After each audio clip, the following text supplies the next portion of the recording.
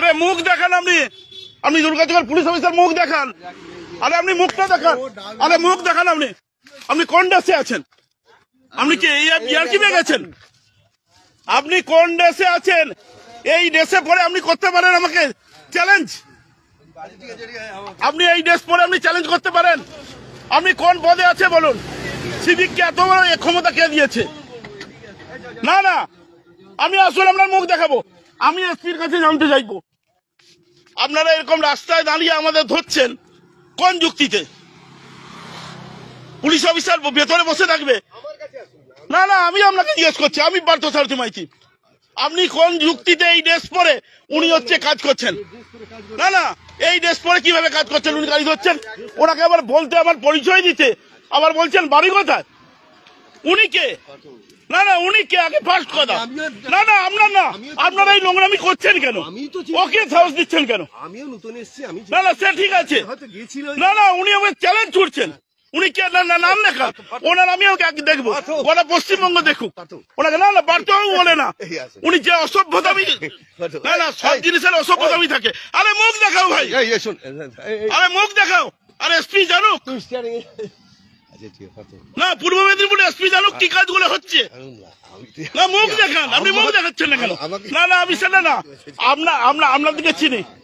ও driver কিভাবে হচ্ছে? ও driver হয়ে কিভাবে গাড়ি আটকাচ্ছে? উত্তর আগে দিন। আপনারা বসে থাকবেন গাড়ির ভিতরে, আর আপনার গাড়ির ড্রাইভার হচ্ছে লোক ধরবে? না না, সেটা না, ও বলছে কোথা থেকে, ওর স্পর্ধাটা কোথা থেকে আসছে আগে আপনি বলুন, উত্তরটা ভাই দিন। না না, কুল মেজাজ না, উনি যে ভাষায় কথা বলছেন, উনি কাগজ চলবেন, আমি কাগজ দেখাচ্ছি, আমার কাগজ আমি গাড়ি আছি দেখাতে পারি, আমি গাড়ি দেখাবো, আইন মানবো। কিন্তু উনি কে? বাস্তবতা উনি কে? ওনাকে যখন আমি পরিচয় দিচ্ছি আমি অ্যাডভোকেট, তারপরে উনি আমার চ্যালেঞ্জ ছুটছেন কোন যুক্তিতে? পারে নাকি বলুন তো? এটা আমি যাচ্ছি, আমরা সম্বন্ধে জেনে নেবেন আমার সঙ্গে, কিন্তু ওনারা এইভাবে আমাদের মতো লোককে যদি হ্যারাসমেন্ট করে। বাবুকে আমি চিনি এখনো পর্যন্ত। গোটা পশ্চিমবঙ্গ দেখুক যে পূর্ব মেদিনীপুরের এসপি জানুক কি কাজগুলো হচ্ছে। তবে আমি একটু আলাদাভাবে বলবো, কারণ এই ধরনের ভিডিও, এটাও একটা ভাইরাল ভিডিও, তবে এই ধরনের ভাইরাল ভিডিও প্রতিনিয়ত শয়ে শয়ে ভিডিও হচ্ছে এবং সেগুলো ভাইরাল।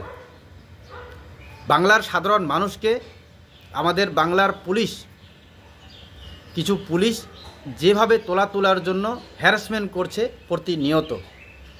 তো কাজেই আমি বলবো যে ইনি তো বললেন যে পশ্চিমবঙ্গের মানুষ দেখুক এবং পূর্ব মেদিনীপুরের এসপি জানুক কি কাজগুলো হচ্ছে, কিন্তু আমি বলবো যে আমাদের রাজ্যের মুখ্যমন্ত্রী তথা পুলিশ মন্ত্রী মমতা ব্যানার্জি দেখুক যে কী ধরনের কাজকর্মে লিপ্ত হয়েছে ওনার এই পুলিশ প্রশাসন। কারণ আমাদের মুখ্যমন্ত্রী তথা পুলিশ মন্ত্রী তিনি অনেক সময় বলেছেন আমার পুলিশ আমার পুলিশ। তো কাজেই মমতা ব্যানার্জির পুলিশ কি কাজ করছেন শুধু পূর্ব মেদিনীপুরের এসপি না, মমতা ব্যানার্জি স্বয়ং দেখুক এই ধরনের ভিডিও। কারণ এখানে যিনি মানে বাকবিতণ্ডায় জড়িয়ে পড়েছেন ইনি নিজেকে অ্যাডভোকেট বলেছেন, কিন্তু এনার আরও একটা পরিচয় আছে। ইনি হচ্ছেন একজন তৃণমূল কাউন্সিলর। দেখলেন পুলিশ অফিসার শুদ্ধ এসে বলছেন যে আমি নতুন এসেছি, আমি আপনাকে চিনতে পারিনি। তো চিন্তা করুন, একজন অ্যাডভোকেটকে এরকম করে যদি হয়রানি করা হয়, এবং পুলিশের গাড়ির ড্রাইভার এখন বেশিরভাগ সিভিক ভলান্টিয়াররা, তো তিনি একজন অ্যাডভোকেট, যার জন্য তিনি কিন্তু প্রতিবাদ করছেন এবং সেখানে কর্মরত পুলিশ কর্মীরাও বলছেন যে এই পার্থসারথী মাইতিকে ওনারা চিনতেন না, নতুন এসেছেন।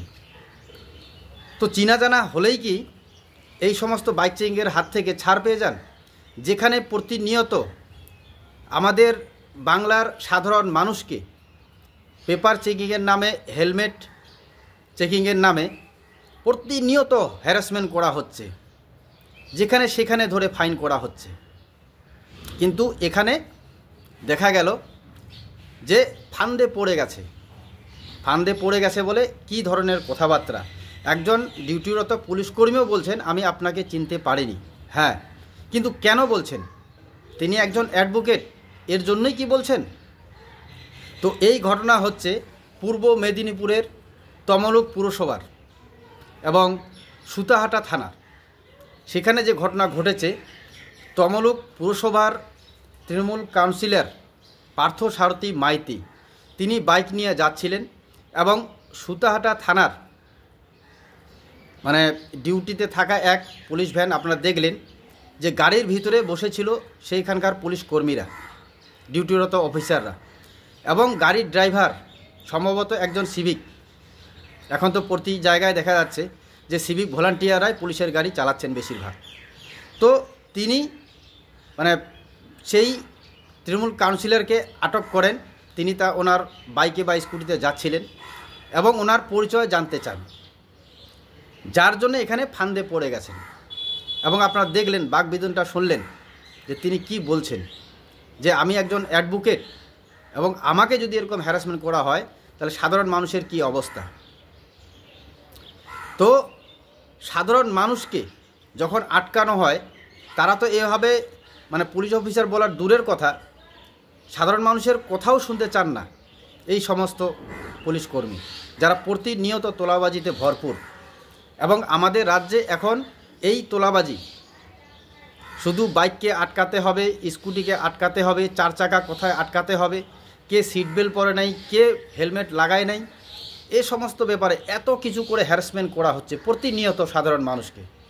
এবং শুধু এই ভিডিও ভাইরাল নয়, এরকম প্রতিনিয়ত হাজার হাজার ভিডিও ভাইরাল হচ্ছে, কিন্তু আমাদের রাজ্যের পুলিশ প্রশাসনের তরফ থেকে কোনো কড়া অ্যাকশন এখন পর্যন্ত নেওয়া হচ্ছে না।